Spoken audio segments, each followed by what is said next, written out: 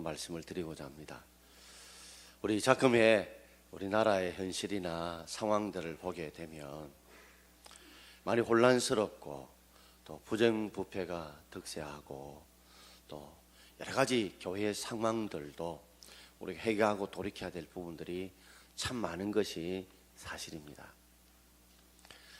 저는 이 모든 문제가 어디서 출발했느냐 보면 다 인간의 죄 때문에, 인간의 죄에서 이 모든 문제들이 출발했다고 생각이 듭니다. 그렇다면 그 죄의 뿌리는 무엇일까 생각해 보면, 사람이 미혹을 받는 것은 자기 욕심 때문에 그렇고, 그 욕심의 출발이 뭐냐?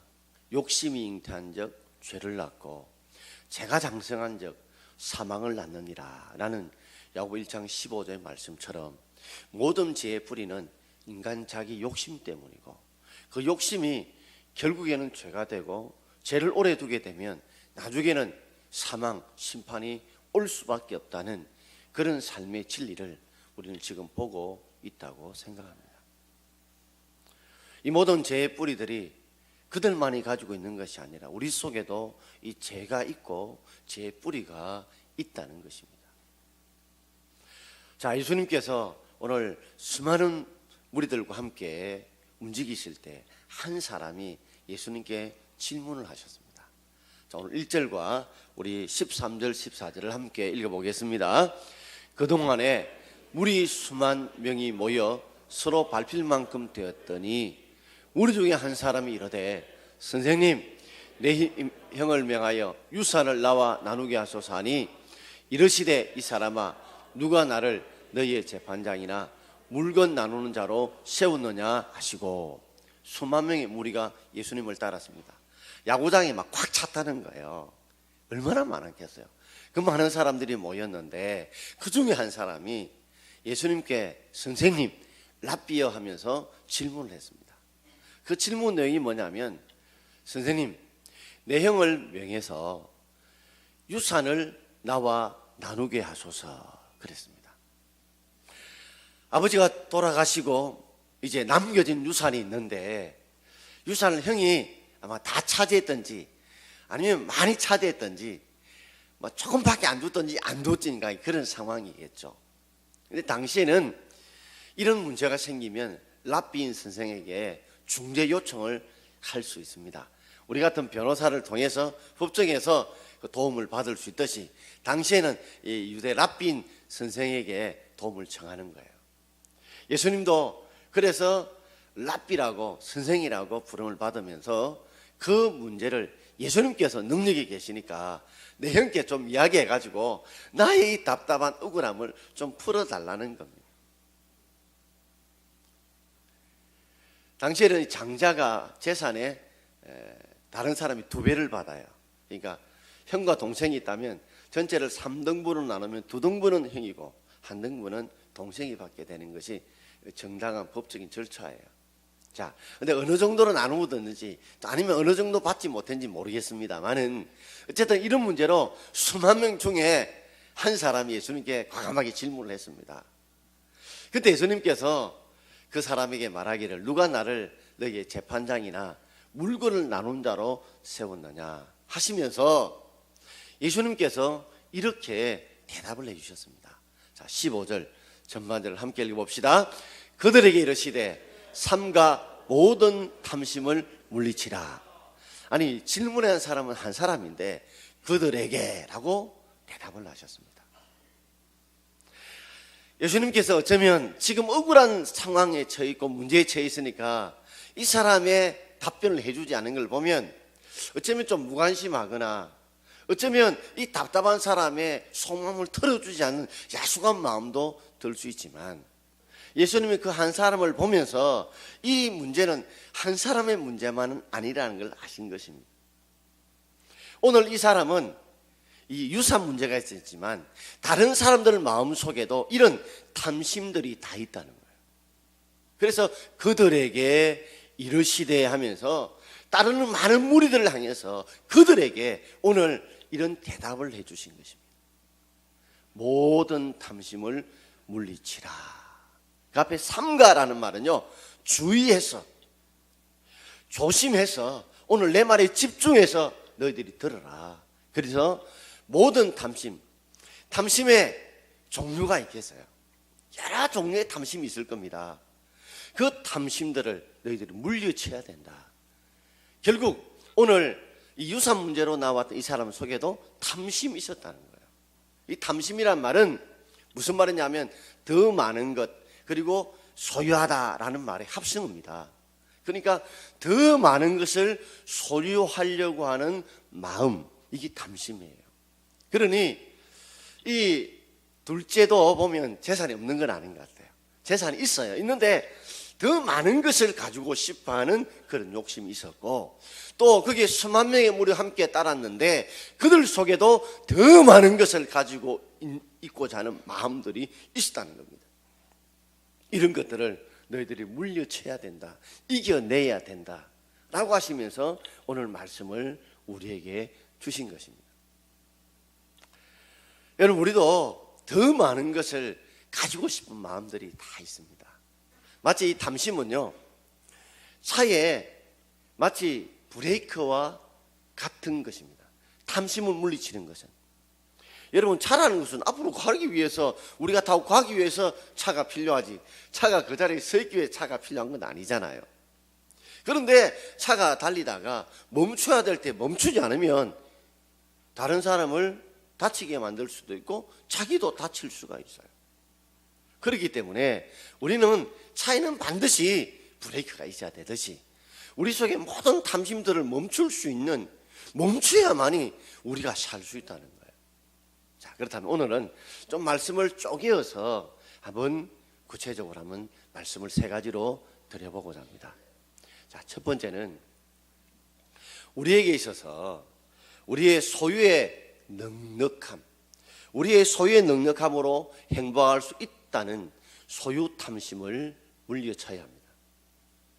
우리의 소유의 넉넉함으로 행복할 수 있다는 이 소유 탐심을 물리치라. 오늘 15절 하반절을 함께 읽어보겠습니다. 사람의 생명이 그 소유에 넉넉한 데 있지 아니하리라 하시고. 자, 요 생명, 사람의 이 생명이 소유에 넉넉함이 있지 않다. 좀 이 해석이 좀 매끄럽지 않고 잘 안 되잖아. 이 생명이라는 말은 헬라 말로 조에라는 말이에요. 이 조에라는 말은 우리 지금 현재 물리적으로 살아있는 생명을 말하는 것이 아니라, 이 조에라는 말은 행복, 기쁨, 보람이 있는 생명을 말해요. 그러니 이 사람의 생명은 그냥 우리가 숨쉬고 살아가는 이 생명이 아니라 행복한 생명, 행복한 삶을 말한다는 거예요. 우리 인생에 행복이 있고 기쁨이 있고 감사가 있는 그 생명, 그 삶을 말하는 거예요. 사람의 행복한 인생과 삶이라고 하는 것은 그 소유에 넉넉한 데 있지 않다. 자, 흙수저들이 생각할 때는 지금 내가 행복하지 않은 이유는, 더 기쁘지 않은 이유는 내 소유가 부족하기 때문에 그렇다. 그렇기 때문에 소유가 좀 더 많아지면, 넉넉해지게 되면 우리는 행복할 수 있다 라는 이런 소유의 탐심들을 우리가 가지고 있다는 겁니다. 그런데 우리가 소유가 넉넉하지 않기 때문에 사람이 행복한 삶을 살지 못하는 것은 아니라는 것을 예수님께서 깨우쳐 주시고자 한다는 겁니다. 사람들 속에는 이런 소유 탐심들이 끝이 없습니다. 여러분이 생각할 때 이쯤이면 나는 소유가 됐다라고 생각할 때 있을 거예요. 그럼 한번 생각해 보시죠. 이쯤이면 됐다 그러면 그쯤에 딱 도달하면 그렇게 만족이 없디까? 예를 든다면 여러분들이 전세를 살거나 날세를 살다가 내가 참 13평이나 20평이라도 내가 아파트를 가지면 소원이 없겠다. 그런 생각을 가지고 정말 애쓰고 수고하고 땀 흘리고 저축해서 드디어 내가 갖고 싶은 13평이나 20평 아파트를 얻게 되었습니다. 그렇게 꿈에도 소원했던 이것만 가지게 되면 나는 행복할 줄 알았는데 막상 13평 20평 아파트 들어갔어요.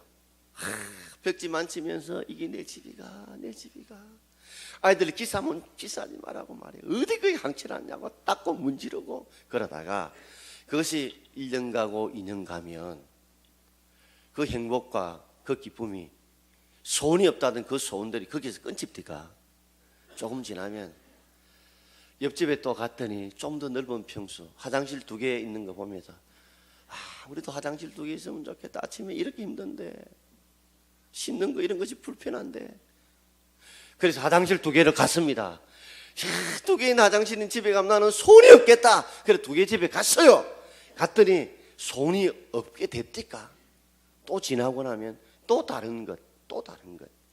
사람의 욕심은 끝이 없다는 거예요. 이 소유 탐심으로 인간이 온전한 행복을 누릴 수 없다는 겁니다. 미국 코미디언 조니 머니라는 사람이 이런 말을 했어요. 그가 유머를 하면서 왜 하나님께서 아담과 하와를 창조하시고 왜 옷을 주지 않았느냐. 그 이유를 그는 이렇게 설명해요.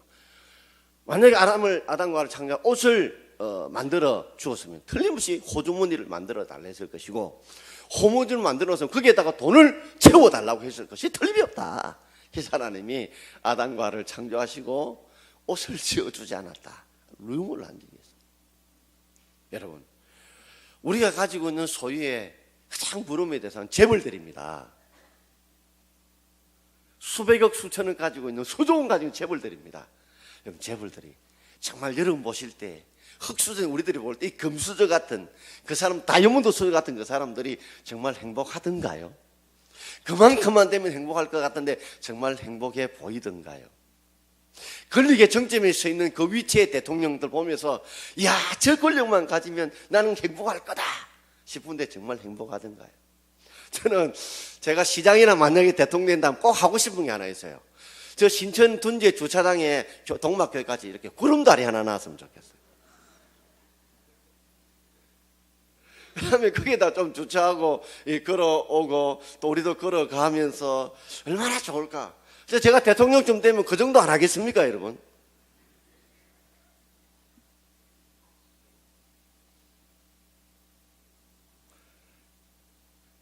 그러면 또 그럴 거예요. 구름다리 불편, 엘리베이터나 에스컬레이터를 놔도 우리의 소유의 탐심은 끝이 없다는 거예요. 우찌무라 간조라고 하는 그래서 일본의 신학자가 말하기를 돈으로 알라간 침대는 살 수 있어도 평안한 잠은 살 수 없다. 여러분 걱정 것이 많으면 아무리 좋은 물침대에 라텍스 침대에 잡아 있어 잠이 잘 오나. 돈이 많으면 참 맛있는 음식을 살 수 있지만 입맛은 못 산다는 거야. 돈이 많으면 명량은 살 수 있지만 건강은 살 수 없어요. 여러분 건강이 좋다는 보약들, 영양제들 너무 많이 먹으면 일찍 죽어요. 오히려 영양가 많은 음식 너무 많이 먹으면 비만 돼가지고 일찍 죽는단 말이에요. 소유도 그 마찬가지예요. 영양제와 같고 보약과 같고 좋은 음식과 같지만 그것이 지나치면 오히려 수명을 단축할 수 있다는 겁니다. 그러므로 여러분 하루하루 살아가면서 날마다 감사하며 살아갈 수 있기를 바랍니다. 내게 지금 주어진 것에 그것에 감사하고 자족하고 살아갈 수 있는 것, 그것이 진정한 행복입니다. 여러분. 고려 공민왕 때에 형제 둘이가 길을 걸어가다가 마침 동생이 금덩이를 2개 주었어요. 2개 주고 그가 어조웠던 형님에게 금덩이 하나를 줬어요. 그때부터 동생의 머릿속에 이상한 잡생각이 떠오른 거야.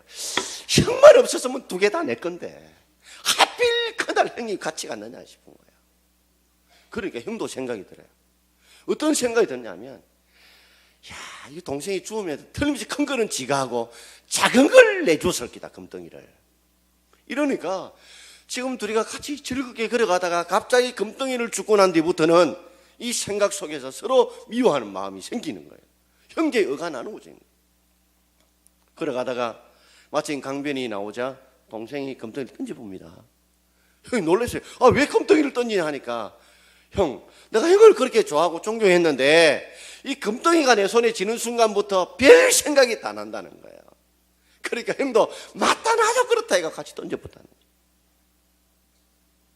우리의 삶을 돌아보면 어쩌면 인간의 행복이 소유의 넉넉함에 있지 않다는 것을 하나님께서 우리에게 깨우쳐 주시는 것입니다. 더 많이 가져서 행복할 수 있는 게 아니라 지금 주어진 것에 감사하고 자족하면 그것이 우리가 행복이 되는 줄 믿습니다. 그러므로 감사함으로 받으면 뭐가 없다고요? 버릴 것이 없다. 디모데 4장 4절에 우리가 모든 것을 감사함으로 보십시오. 독도 약이 됩니다. 지금 당장은 안 돼도 때가 되면 그 독이 나중에 약이 될 때가 있다는 겁니다. 사랑하는 성도 여러분, 우리 속에 혹시라도 지금도 흙수저인 삶을 사니까 너무 힘들고 어려우니까 좀 소유가 넉넉하면 행복할 건데 혹 생각하신 분이 계시다면 지금 주어진 삶에 여러분 감사하고 자족함으로 오늘 하루의 행복을 놓치지 마시기 바랍니다. 오늘 하루 주어진 이 하루를 불평하고 원망하고 보내지 마시고 이 하루하루가 얼마나 내게 귀하여. 어제 죽었던 사람은 오늘 살고 싶었던 하루였어요.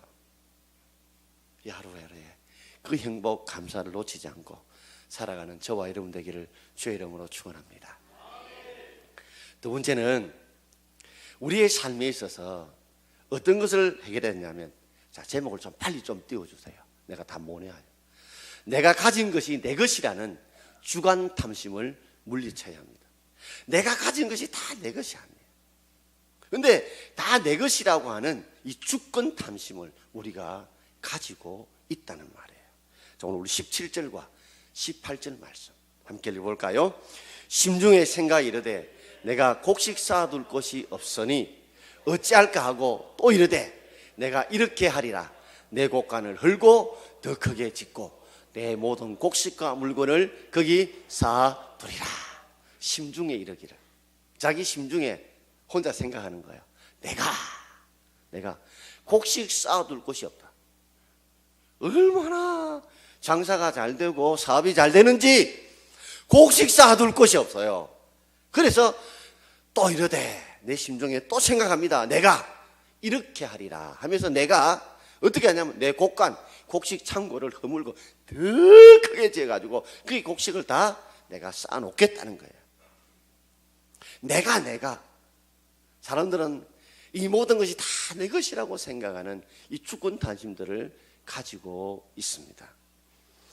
여러분, 사람들이 이렇게 쌓아놓는데 과연 무엇을 위해 쌓아놓을까요? 오늘 21절 전반전에는 예수님께서 이렇게 말씀하십니다. 자, 같이 읽어봅시다. 자기를 위하여 재물을 쌓아두고. 다 누구를 위하여? 다 자기 위해 쌓아놓고 자기 자식 위해 쌓아놓습니다. 우리는 어쩌면요 일평생 쌓아놓다가 인생이 끝나는 분들이 많이 있습니다. 인생의 목적이 쌓아놓는 것이 아니잖아요. 감독일 장세라도 요한 웨슬러가 하루는 설교를 하는데 이 돈에 대한 설교를 했대요. 하면서 여러분 정당한 방법으로 많이 보십시오 하니까 한 구두쇠가 아멘 오늘 설교 잘한다. 두 번째는 여러분께서 가능하면 많이 저축하십시오. 아멘 진짜 오늘 설교 잘한다. 세 번째 대지가 뭐냐면 그 많이 모아놓은 돈 베풀고 나누고 아낌없이 쓰십시오 하니까 오늘 설교 버렸다. 오늘 설교 망쳤다는 거예요. 사람은 자기 듣고 싶은 소리만 들으랍니다. 영국 속담에 돈의 가치는 그것을 소유하는 것에 있는 것이 아니라 그것을 어떻게 쓰는데 돈의 가치가 있다고 했습니다. 여러분 돈이라는 것은 쌓아놓는 게 목적이 아니라 그걸 어떻게 쓰는 것에 있잖아요. 이번에 여자 부정부패를 저질렀던 사람들 보면 우리가 생각하는 재산보다도 엄청나게 많은 재산을 가지고 있어요. 여러분 만약에 지금 저한테 한 20억이 있었다 생각합시다. 그러면 제가 한 달에 한 500만 원 정도 쓴다고 칩시다. 그럼 1년은 얼마를 쓰는 거예요? 6천만 원. 10년은요 6억 원. 20년은요 12억 원, 30년은요 18억 원 사요. 그러니까 내가 한 500만 원 해도 30년 동안은 설 수 있단 말이에요. 그런데 수백억을 가지고도 왜 더 모으려고 하는지, 그것이 바로 사는 것이 목적이 아닌 것을 모르기 때문에 그런 거예요. 최순실이가 교회 가서 헌금했다고 하죠. 그런데 헌금은 직거래만큼 합니다.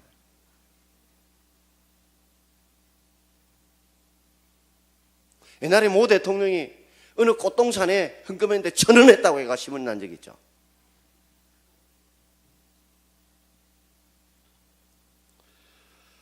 하나님은 우리의 모든 재물이 내 것이 아니라 하나님의 것이라고 말씀해 주십니다. 오늘 20절 말씀 한번 읽어볼까요? 20절입니다. 하나님은 이르시되 어리석은 자여 오늘 밤에 내 영혼을 도로 찾으리니 그러면 내 준비한 것이 누구의 것이 되겠느냐.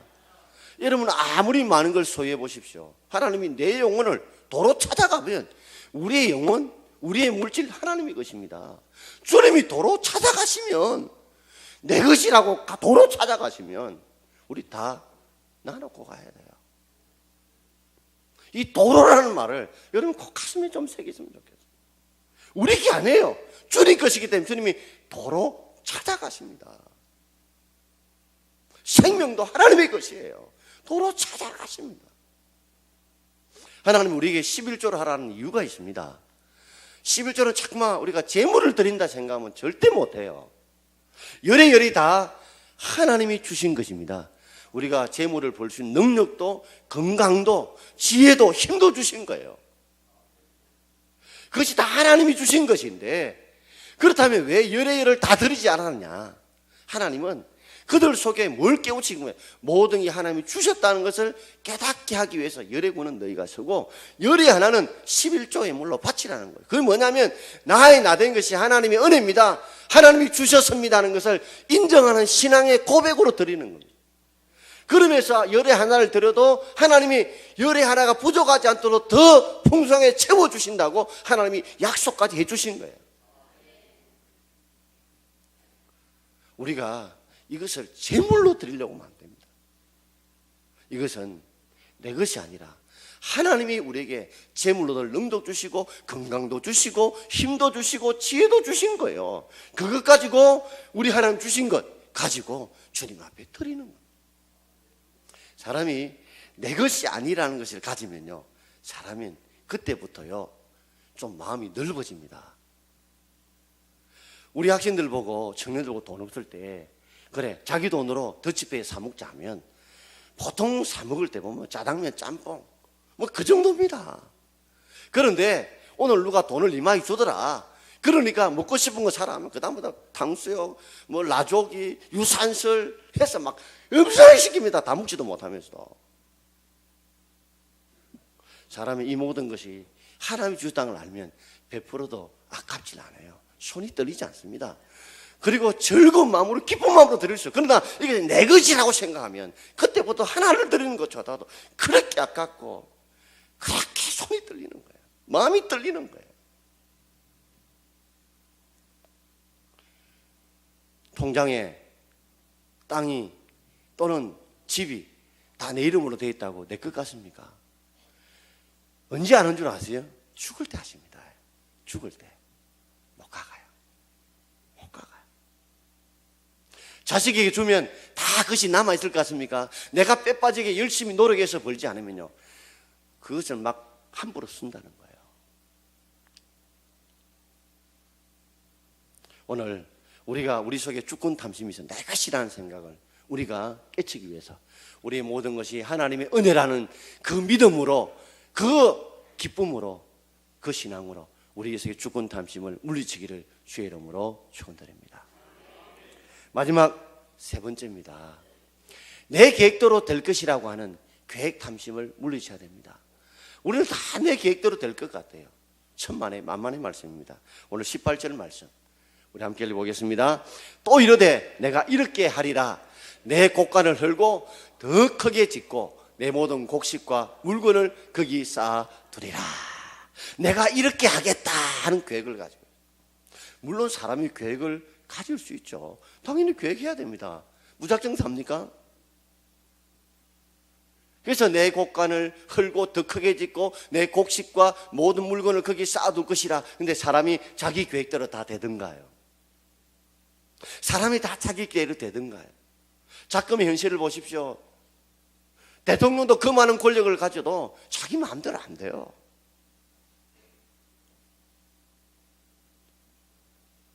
대단한 권력을 가진 재벌들도 자기 마음대로 안 돼요. 우리가 잊지 말아야 돼요. 우리가 내가 계획한 대로 다 이끌어지는 것이 아니에요. 우리의 생사복은 하나님이 이끄시는 대로 이끌어가는 줄 믿습니다, 여러분. 오늘 20절 다시 한번 읽어볼까요? 같이 읽겠습니다. 하나님은 이르시되 어리석은 자여 오늘 밤에 내 영혼을 도로 찾으리니 그러면 내 준비한 것이 누구의 것이 되겠느냐 하셨으니. 오늘 밤에 찾을 수도 있어요. 오늘 밤에 찾을 수 있어요.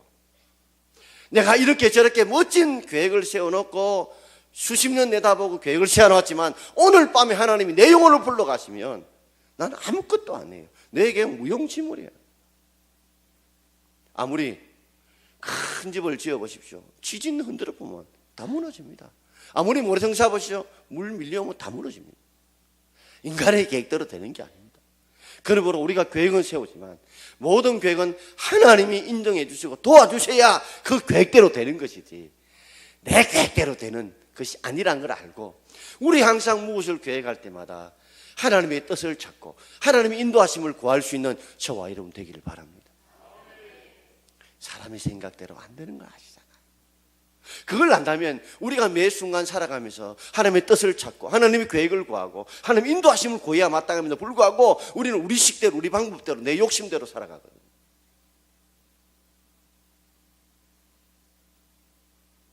아무도 알 수 없어요. 그래서 오늘 성경은 우리에게 이렇게 말합니다. 마태복음 6장 19절과 20절 같이 읽겠습니다. 너희를 위하여 보물을 땅에 쌓아두지 말라. 오직 너희를 위하여 보물을 하늘에 쌓아두라. 할렐루야. 땅에 쌓아두지 말고 하늘에 쌓아두십시오. 베풀고 나누고 섬기고. 재물이 없으면 내 가진 재능들이 있잖아요. 그잖아요. 재능을 함께 나누고 또 내 가지고 있는 따뜻한 손이 있으면 손 한 번 더 잡아주고 한 번 더 격려해주고 얼마든지 우리가 나누려면 나눌 것들이 많잖아요. 정 없으면 위에서 좀 어려운 자를 위해 기도해주고 그걸 위해 함께 도와준다면 얼마나 아름다울까요? 오늘 이 삶에 있어서 정말 땅에 쌓아두려고 하지 마십시오. 여러분의 보물을 하늘에 쌓아두십시오. 어떻게 쌓아두는 게 하늘에 쌓아두는 겁니까? 그래서 하나님의 뜻대로 우리가 베풀고 나누고 섬기는 거예요. 돈이라고 하는 것은 내 손에 쥔 만큼만 내 돈이지 통장에 있는 돈은 내 돈 아닙니다. 쓸 수 있는 돈만 내 돈이지 쓸 수 없는 돈은 내 돈 아니에요. 저는 장례식을 요사이 계속하면서 그런 생각을 많이 해봅니다. 결국에는 빈손으로 가네. 결국에는 빈손으로 가네. 그걸 보면서도 또 돌아서면 그걸 잊어버린단 말이에요. 마귀가 쓰는 가장 무서운 귀신이 무슨 귀신인지 아시죠? 차차 귀신. 다음에 나중에 차차 이루지 마시고 우리의 삶을 다시 한번 돌아보면서 사랑하는 성도 여러분, 우리 속에 사람의 그 행복한 인생이 소유의 넉넉함에 있지 않습니다. 그러므로 하루하루 감사하면서 주어진 하루 삶에 감사하며 자족하며 살아갈 수 있길 바랍니다. 주권 탐심을 버리십시오.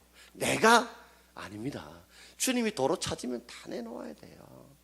그러므로 우리가 내 것이 아니고 모든 것이 하나님의 것인 줄 알고 하나님 원하시고 기뻐하는 뜻대로 내가 무엇인가를 사용하려고 몸부림치셔야 합니다. 그리고 계획 탐심, 내 계획대로 안 되잖아요. 내 생각대로 안 되잖아요. 그러므로 우리가 물리치는 길은 하나님의 뜻이 무엇인가, 하나님의 계획이 무엇인가, 우리가 그걸 알고 그 뜻대로 살아가는 것이 바로 우리가 모든 탐심을 물리치는 것입니다. 탐심을 물리치지 못하면 마치 브레이크 없는 자동차 같아서 언젠가는 사고나게 되어져 있습니다. 이 사실을 잊지 마시고 날마다 우리 성탄절이 다가옵니다. 예수님 공생의 사역 처음 시작할 때 세례요한이 뭐라고 했어요? 회개하라! 천국이 가까웠다.